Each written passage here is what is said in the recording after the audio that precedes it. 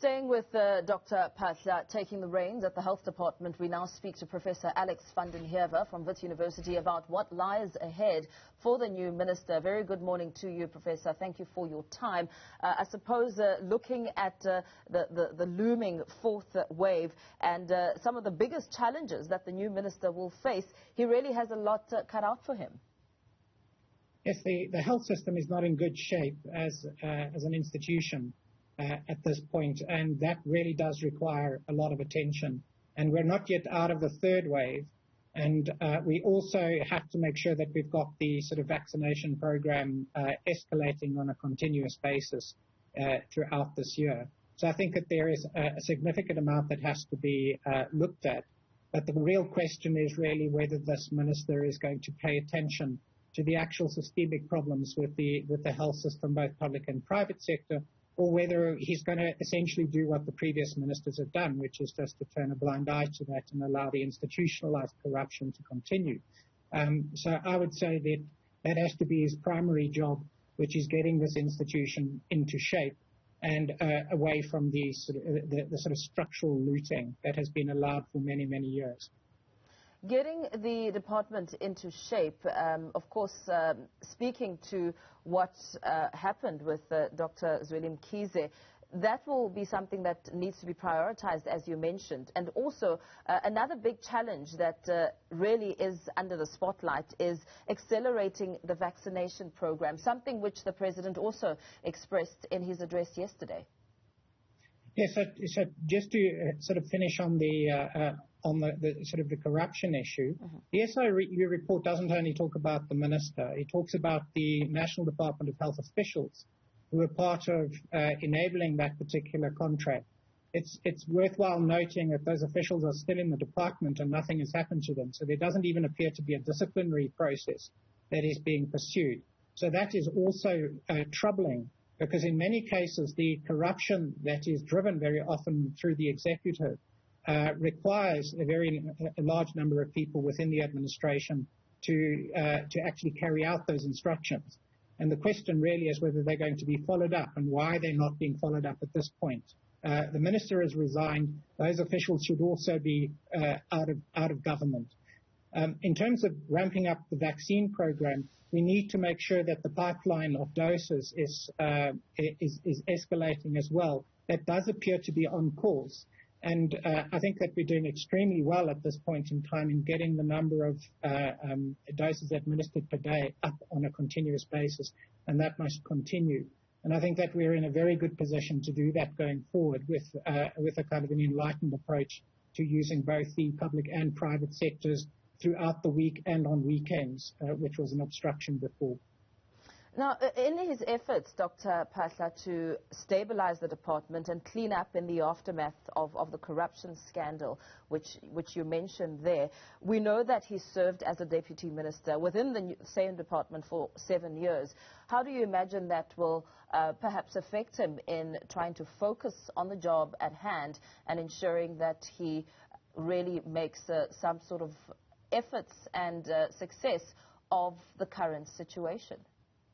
Well, he definitely knows who's who in the zoo, in the national department, and that has been a particularly dysfunctional administration for quite some time, not just the past few years, but for probably about 20 years.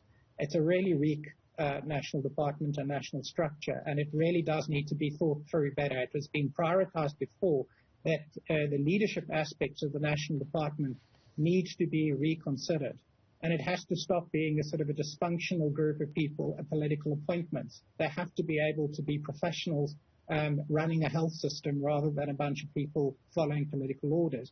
So the question really is whether he is going to adopt that attitude, and I think that's what quite a few people are waiting to see. Is he actually going to be excessively political, or is he going to actually focus on getting the job done? And we've been disappointed for the last substantial number of ministers in that respect. But he is in a good position to know who is competent and who is incompetent and to try and create an effective organization. The question really is whether he does it or whether he's got an eye on a patronage eye on what goes on.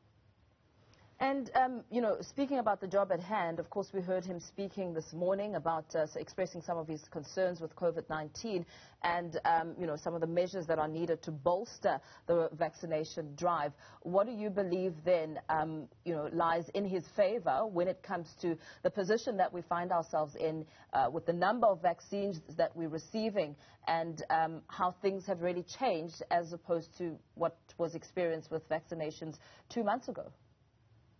Well, so I think that we had the legacy of essentially the national department and the national minister not really focusing on their job in 2020, which meant that we basically started in January with the vaccination drive, which is why we only started late in the day with an actual national government rollout. I think that we've corrected that problem at the moment, and I think that people do know what to do at this point. I think that we're in a very strong position. The obstacles to obtaining doses appear to have been partially lifted at this point. One of the key ones being what's happening with Johnson & Johnson and the production in Gqeberha through Aspen. That appears to be problematic in that they haven't delivered the doses that they were meant to up until this point. We've had Pfizer up until this point, but we need both in the pipeline. But that appears to be coming on track. It's very unclear why Gqeberha was so slow in coming on board and what the obstacle is. And nobody really seems to be talking about that. But I think that we are in a very good position, including with the donation from the United States, and we will benefit from COVAX going forward in addition to the bilateral contracts that we've got. So I think that we're on course in that respect. But we have to keep going with this, and we will probably have to be vaccinating well into 2022 as well when we start looking at booster doses. Very well. Thank you so much for your time and your input there. Professor Alex Van Den Heever weighing in there on the announcement of a new health minister, Dr. Joe Phaahla, taking over from former Dr. Zweli Mkhize, who handed in his resignation. Also speaking about some of the key areas that need to be addressed with the incoming health minister, especially balancing the job at hand and politics. Of course, we continue to bring you more reaction to President Cyril Ramaphosa's speech. We'll also be looking at the State Security Agency portfolio as well as the finance portfolio throughout the course of this morning.